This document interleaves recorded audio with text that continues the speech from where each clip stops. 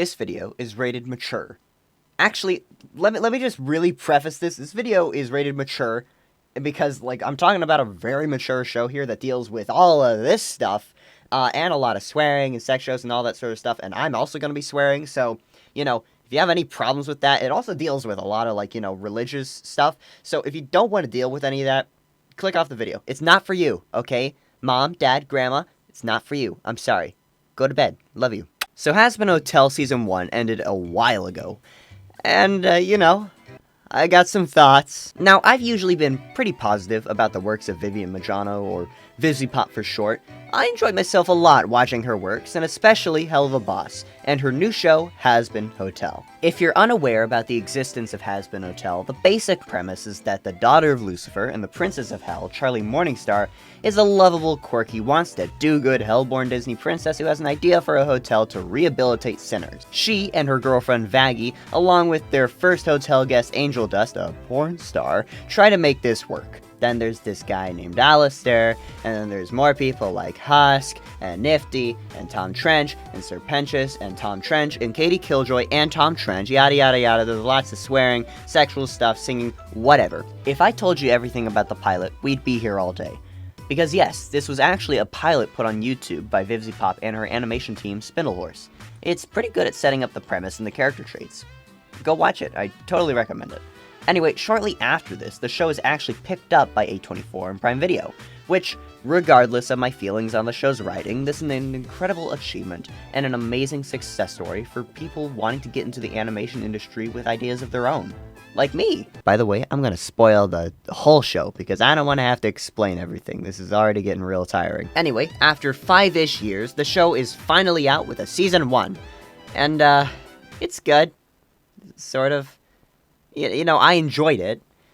Okay, first off, the worst part of this show is its length. Okay, only 8 22-minute episodes to make a Season 1. I should probably say that I fucking hate this binge-watch curated shit streaming services are doing nowadays.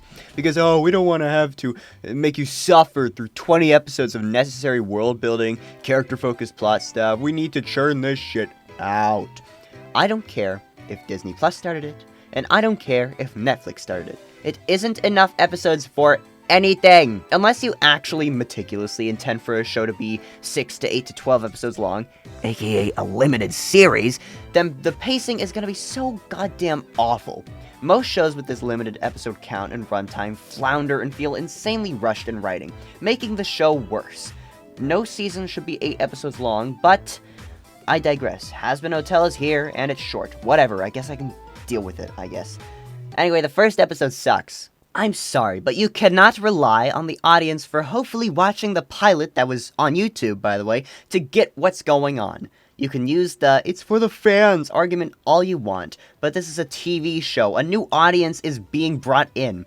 And sadly, episode 1, for a very long time, just expects you to know what's going on, and it's so weird. Happy Day in Hell is fine. It's a cute song basically establishing that Charlie is a demon Disney princess, but lyrically and instrumentally, it can really be weird sometimes. Like, there's a part where the song gets randomly slow, and it's so off-putting and it doesn't work. I'm no composer, but I'm a musical theater guy. I think I know how fucking musical theater should sound! Plus, the camera work and editing is really jarring, but after that gets all done, we finally meet Adam, and he's voiced by the wonderful and amazing Alex Brightman. Adam and his second-in-command, Lute, have come to meet with Charlie about the whole redeeming sinners thing. Lots of people have already complained that Adam wasn't different from any of the demons in hell. He swears just like everyone in hell, he's a dick, and he's pretty evil, but I think that's the point. He's the first man on Earth, so I guess it makes sense that he's a huge, egotistical jackass who got into heaven only on the technicality that he was the first man and the rules for getting in weren't established, like, at all.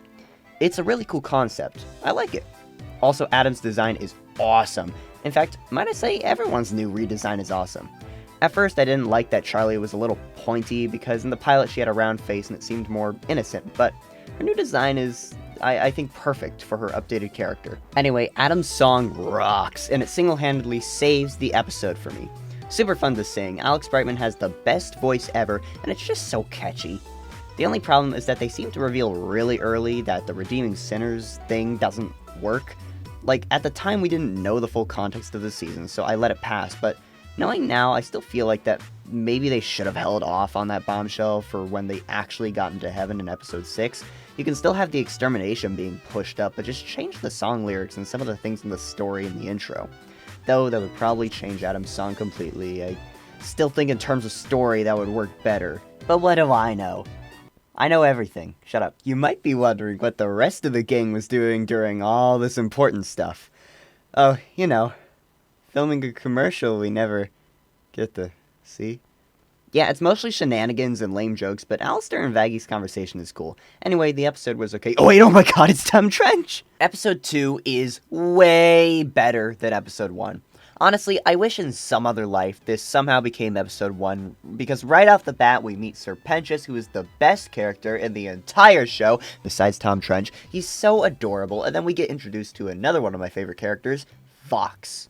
Vox is part of the V's, a trio of overlords that have a stranglehold on the tech and entertainment industry in Hell. Vox immediately grabs everyone's attention because of his design, his voice, and his calmness. Plus, he was one of the first characters in the show that actually made me laugh. Oh yeah, and here I go, Valentino. Just another fucking day with Val. Hey, but my life. The other V's are less interesting, at least for a little bit, but episode 2 is really Vox's episode. His duet with Alistair, his arch-rival, by the way, is really fun and is one of my favorite songs in the show.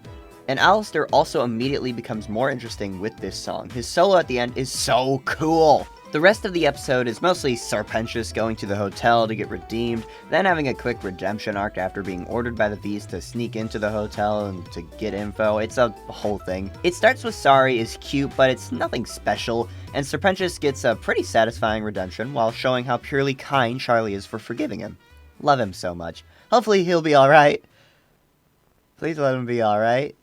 Viv, I swear to God, if you don't let him be alright, I don't know what I'm gonna do. Episode 3 is fine, I guess. I like this one better than episode 1, but that's not a very high bar to cross. Mr. Adams, sir. Call me Dickmaster. The B plot is way more interesting than the A plot, because, like, yeah, you want to teach people at the hotel to become better, but Charlie, Adam told you that you couldn't do that! That can't happen! Why are you still trying? This sort of teaching to be good stuff would be adorable if we didn't already know that it didn't work, and while it's entertaining, it also feels pointless, in a way. Also, Vaggy has this half-baked arc throughout the episode of feeling she can't trust anyone, or can't protect Charlie, or something. I'm not entirely sure. Like, I guess she shows little moments of character after this episode, but again, that's after this episode. Up until now, Vaggy has just been Charlie's kinda more serious and stoic girlfriend. She doesn't really show any signs of mistrust her character until this point. This is another sign of the show being only 8 episodes and 22 minutes, freaking up the pacing. But at the end of this episode, I feel like Vaggy learns nothing. She doesn't exactly show any signs of learning to trust people. None that I could see anyway. Unless you count her song, but we'll get to her song in a bit, but first we gotta talk about Carmilla. Good lord, Carmilla is definitely one of the biggest examples of rushed character development in this show. I like her accent and her overall vibe, but the show really tries to make you care for her on an emotional level, and it doesn't work. In her big emotional song where they spoil that she killed an angel, which, by the way, was more interesting when we didn't know about any of that, and it was a cool hook for the rest of the season, but fuck me, I guess. She talks about how she was trying to protect her kids, and how she doesn't want blood on her hands, and aw, poor Carmilla. No, shut up! Okay, so one, I didn't even know these were her kids until 2 minutes ago, let alone their freaking names. And side note, it is not hard for me to remember fictional characters' names. I know the names of all the dwarves from the Hobbit movies. The Hobbit movies! And it's asking a lot for me to care about her kids when I can barely care about her struggles.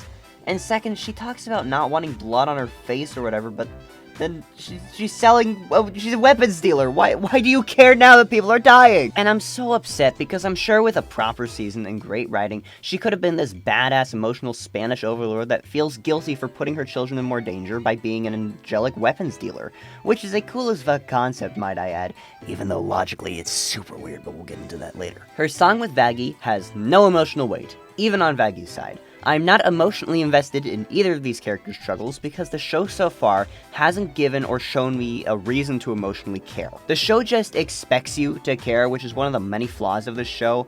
Okay, alright, I'm done with my main issues of the episode. let's get to the thing I actually like. For one, I love how Alistair has friends, kinda. I feel like media is scared to show that villains can have friends or relationships in general. Alistair is an overlord and has at least a liking or some respect for other overlords, so that's nice. The mystery of Alistair in general is the one thing this show has that's kept me really engaged so far, so I'm glad this episode makes that mystery more interesting and prominent. Also, Alistair's just really funny in this episode. He's definitely funny in the first 2 episodes, but I feel he hits his comedic strides a bit more in this episode in particular. That was a productive meeting. Also, Velvet is amazing in this episode. In episode 2, for as cool as the concept of the V's are, I feel like the only V who gets developed and cool stuff is Vox. Velvet and Valentino are just kind of there. But this episode makes Velvet kind of a badass. She takes charge and questions the overlords and has a really fun song. Like, it's one of my top 5 favorite songs of the season, no joke. I also love the choice of her being British. Like, she could have been a bratty American teenager based off her design, but they decided not to go in that generic direction, which is quite cool and surprising for the show. Respectless really carries this episode, to be honest. Now, let's check in back to the A-plot. Woo! This is another reason why I hate the pacing and the episode count this season has. The Hazbin Hotel peeps are told to us to be a found family, but we almost never see them actually becoming friends. In fact, all that character development for them to become a found family happens off-screen. So yeah, I'm a bit upset. Honestly, Respectless and Alistair carry this episode. Moving on. Episode 4 is alright. Honestly, it's a bit of a tricky episode to talk about because it tackles this stuff, but I think it does make Angel's character at least a little bit more likable to me in showing that under all those weird sexual jokes he makes, there is a broken person, even if it still is a weird character trait that I don't particularly like. It's quite sad to watch, but it makes me understand why Angel is the way that he is. This episode also makes me like Husk more. Husk was already quite cool because he was voiced by Keith David, but in terms of character, he never really has anything to do. This is a tangent, but I love these voice actors so much. They are all super talented and are perfect for all these characters.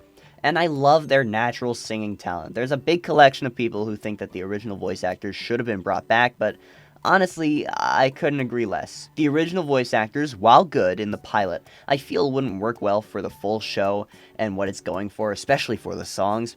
The show is a full-on Broadway musical, and the fact that all the voice actors for the show are naturally great professional singers really makes that aspect the best thing about the show. Even songs I don't like have amazing vocal performances that the voice actors are giving 100% to, and that will make any song better. Anyway, this episode also makes Valentino into a real character, and now all the V's have personality traits and characteristics.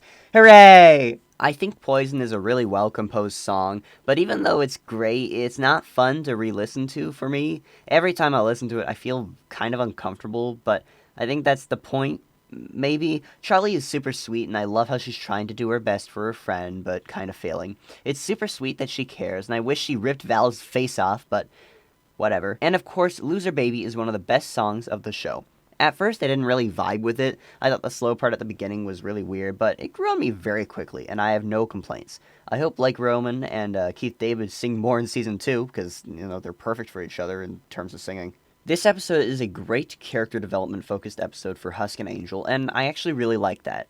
I just wish we had more episodes for everyone else, but whatever. On the topic of the sexual assault themes and the representation, I feel like I can't really discuss it as I don't have much to say. I myself am not a victim of sexual assault or sexual abuse, so I have no idea what I'm talking about in terms of any of that, but I completely recommend this video by Limus, who talks about how this episode misrepresents all of those topics. It's a great video, and I think this person has way more to say on the subject than me. What I can comment is the writing and how it's really poorly written in retrospect, because this episode takes itself and its messages about sexual abuse so seriously, but then in episode 6, Serpentious is sexually assaulted for a joke, which I think everyone can agree that this was horrible. Viv, let me give you some advice. If you want to make a serious episode about sexual abuse and assault, you cannot make a joke out of it later. It's tone-deaf and bad.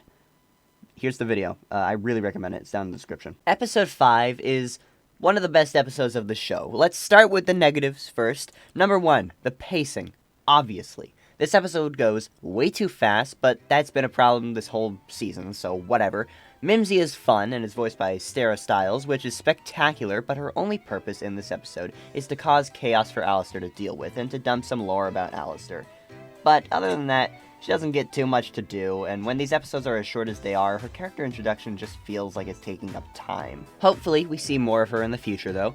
Speaking of that Alistair lore dump, it's really interesting. One of the most redeeming qualities about the show is Alistair himself. You don't know anything about him, and every move he makes seems to be leading up to some bigger intentions. It's something that really makes me excited for Season 2.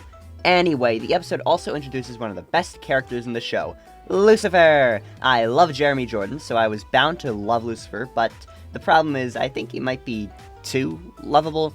You see, Charlie has this whole drama with him that sums up to he's a deadbeat dad, when in actuality he's not. I mean, look, he wasn't there for Charlie, so it kind of makes sense, but I don't know, the way Charlie describes him and discusses the possibility of him talking to him just makes him seem way more of a jackass, when in actuality he's just a bit lost mentally. Also, the episode makes Charlie and Lucifer make up with each other way too quick. You see, in a normal length show that's not a limited series, there would probably be at least 3 more episodes, or maybe the entire arc of the first act of the show that deals with Charlie and Lucifer's drama. But alas, we live in the Matrix world, where executives want to fuck up every show that goes on streaming.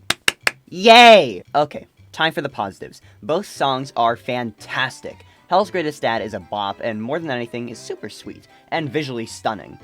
Until it's not.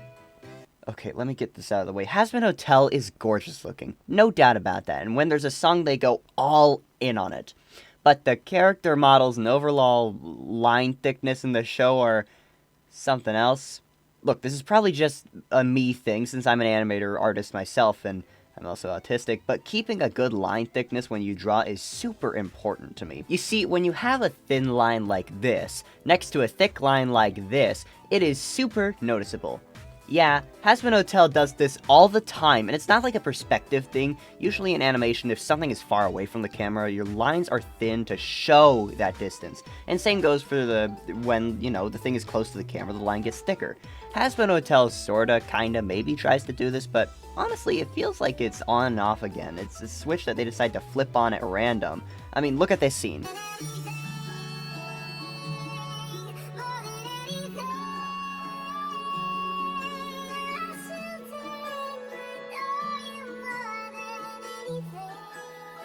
That's like 3 different camera shots, and they all have insanely different line thicknesses, when the camera usually isn't too far away. Like, also, the character model changes like 3 times in this scene. It's so annoying. He just looks really weird, and in fact, everyone has this problem.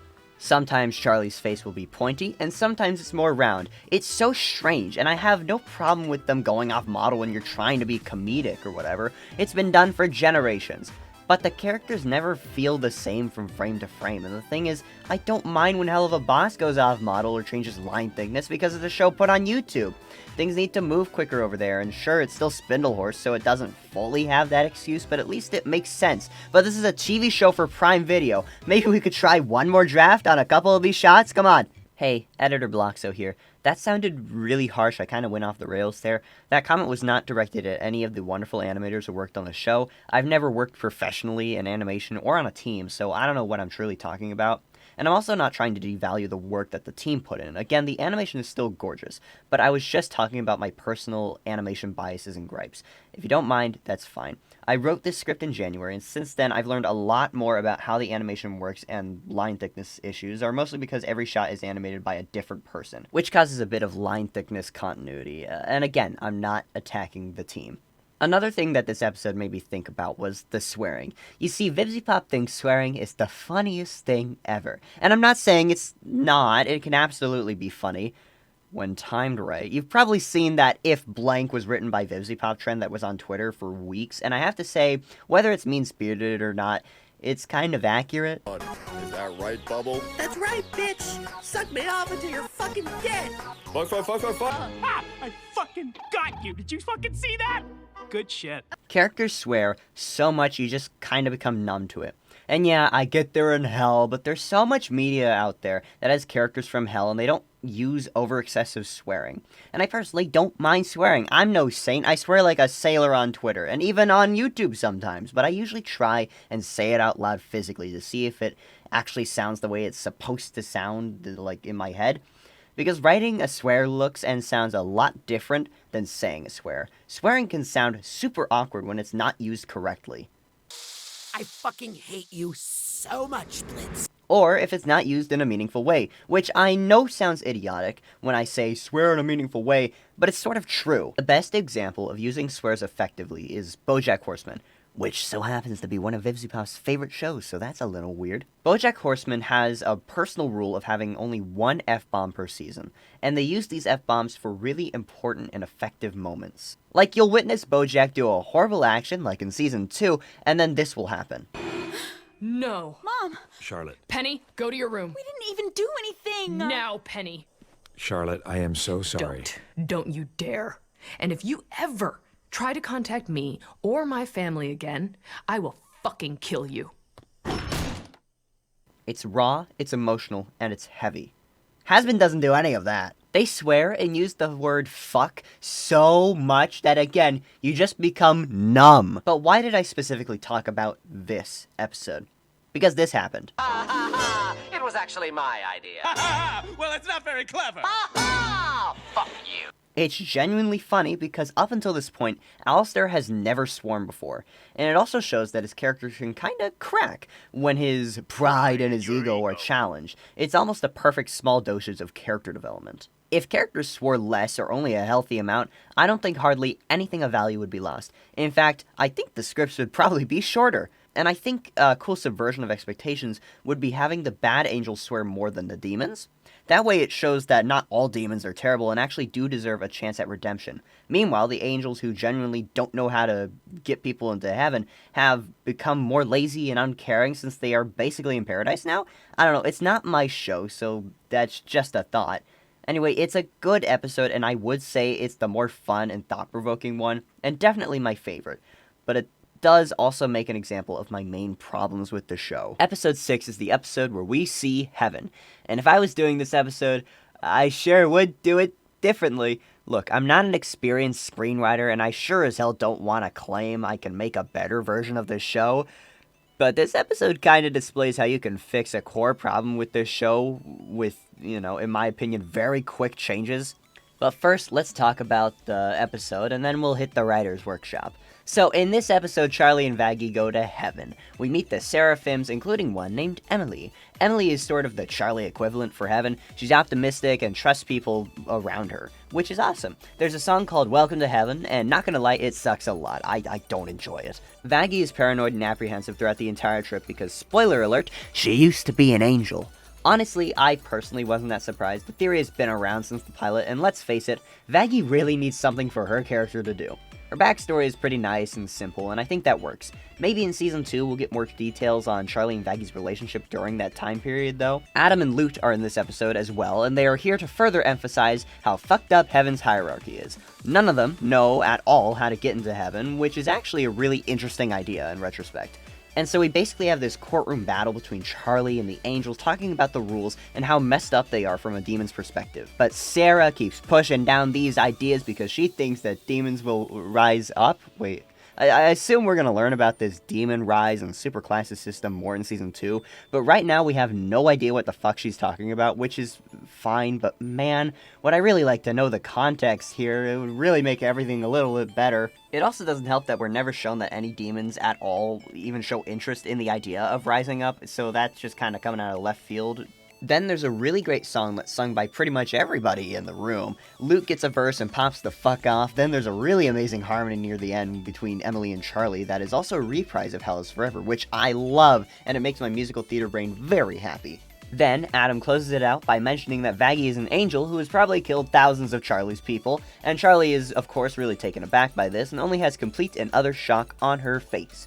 And then Adam also says that he's going to the hotel first in 1 month, which definitely reminds us of the stakes, but it also reminds us that we've had no sense of time this entire series. You see, I thought that when we saw the hourglass in episode 1, that was going to be the visual throughout the series that reminded us where in time we were during each episode. But nope, that hourglass never comes back, and so throughout the series, since there's no seasonal change either, you kinda just assume that this is all taking place within, like, a week. Or at least that's what I assumed, because let's face it, there's not been too much character development for our cast besides Angel, Husk, Alistair, Charlie, and Penchas, especially in developing a found family dynamic the show oh so wants to have. Alright, so then Charlie and Vaggie get sent back to hell, and we see Emily and Sarah talking. I love the fact that Emily risked becoming a fallen angel for standing up for a demon. I think this is some excellent foreshadowing if her arc is going where I think it's going. But it shows she has a pure heart, and I hope we see more of her soon. Now, if you have seen the episode, you'll realize that I didn't talk about the rest of the cast that stayed back in hell. Well, that's because it's my main problem with the episode. Structurally, I think it's okay to cut back to them every once in a while to show Angel's redemption to the rest of heaven. However, my problem with this episode lies heavily on the fact that they keep talking about how they're all best friends, when in actuality, that can't be further from the truth. Okay, so I believe Husk and Angel being friends because we've had an entire episode dedicated to their relationship. Pentious, I'm not really buying because at every opportunity, everyone kind of just makes fun of him. By the way, we meet Cherry Bomb in this episode, which sets up a really cute crush Pentious has on her. But the main problem is that now we have another fucking character that we have to care about, but unfortunately she's introduced at the end of the show, so there's no chance in hell we're ever gonna learn about her. And I haven't even really seen anyone interact with Nifty up until this point, which sucks because she works well off of everyone. Okay, that's the main thing. These characters actually do have really good chemistry with each other, but the show's 25-minute, 8-episode format really fucks up the pacing. Do you know what show has a really great found family? Brooklyn Nine-Nine. I don't know, maybe I just have Stephanie Beatrice on the brain, but that show and other shows like Parks and Rec are really good at making you feel like the characters are a found family. This is due to the fact that those shows have more episodes and are really great at pacing. And I can't change the past, season 1 is already out, but here's how I think this episode should have gone. Episode 8 should have just been completely about the gang in the bar. Just 20 minutes of their characters interacting and developing. We would get to learn about Cherry Bomb more, and then by the time the finale rolls around, we're supposed to care when people start dying and calling themselves best friends, we actually feel something. Of course, this would mean all of the heaven stuff would just be extended in a hypothetical different episode 7, and then episode 8 would be the Rosie and Cannibal stuff, and then episode 9 would be the finale. Yes, this means I would be extending the show by one episode, but I personally think that having a full episode of character development would help us as the audience to get attached to everyone more emotionally. These characters not having great chemistry also sucks because a few of the voice actors actually do have a lot of chemistry and are friends, but unfortunately, those voice actors play characters that I don't think will get any further chemistry with each other in future seasons. Also, again, isn't it super strange that episode 4 takes the subject of sexual assault very seriously, but then in this episode, this happens? Yeah, that significantly undermines the show's only serious plotline. Anyway, besides that, the episode is fine and whatever. I want to be done with this video. Ugh, let's just continue. Episode 7 is actually very charming. Charlie goes through understandable, emotional turmoil after she learns her girlfriend had a big hand in the genocide of her people way back in the day. Alistair makes some sort of deal with Charlie that I'm sure we'll learn about more in Season 2, and Vaggie actually has some important stuff to do for once! Yay! We meet the cannibals from Cannibal Town this episode, which have some weird and confusing lore implications, but whatever. And in this town we meet the lovely Rosie! I mentioned in episode 3 how I liked that Alistair wasn't afraid of having friends, or people he admires in a way, and Rosie is the biggest example of that. Like, whenever someone physically touches Alistair, you can feel the sense of discomfort from Alistair, but Rosie is physical with Alistair this entire episode, and Alistair seems to be pretty chill with it. Very nice character dynamic. Rosie is just all around a great character. She's really fun. I wish she was my friend. And not to try and compare characters who only appear in one episode, but Rosie is way better than Mimsy. Oh my god, way better. Charlie gets to sing a nice little song to motivate the cannibals. Carmilla Carmine sings a nice little song to motivate Vaggie. By the way, Carmilla is in this episode and has a way better song than she did in episode 3. I'm still unsure why Vaggie and her are so connected. Like, in both songs she sings, it also has to do with Vaggie for some reason. I don't know, I just find that kind of interesting. Maybe we'll learn more about that in Season 2, who knows. Also, I said I would bring this up, so I'm gonna. I still don't like the whole only angelic weapons can kill angels, and only I, Carmilla Carmine, knows about it thing. You're telling me nobody knew about this? Not a single person went out and tried to mess with the angelic weapons that angels don't pick up? You're also telling me that it's that easy to kill an angel? Really? These ideas get worse next episode, so I'll talk about it a bit more, but it still kinda makes the angels a lesser threat. Still a lovely little episode with lovely little songs, and actually a really good resolution to Charlie and Vaggie's relationship issues. Very nice. Still don't like that the hotel gang are considering themselves best friends, but whatever. Let's move on to the finale, I guess. Alright, I know I've been very negative, but episode 8 is a stellar finale. The animation is stellar, the songs are stellar, the setup for Season 2 is almost stellar. Alright, so I'm not going to talk that much about the main fight in this episode because it's mostly just a huge fight. A great one with fun action, but it's still nothing I can talk about in a detailed way. Lucifer shows up and it's really awesome. Adam shows up and gets destroyed and it's still awesome. My boy Penchus finally reveals his feelings for Cherry and it's so adorable. And then he's fucking murdered. Alright, I'm not gonna beat around the bush. I had a very strong feeling Penchus was dying this episode. We were told one character was gonna die by Viv a couple days before the episode aired, and even though I didn't want it to be true, I had a very strong feeling Penchus would die.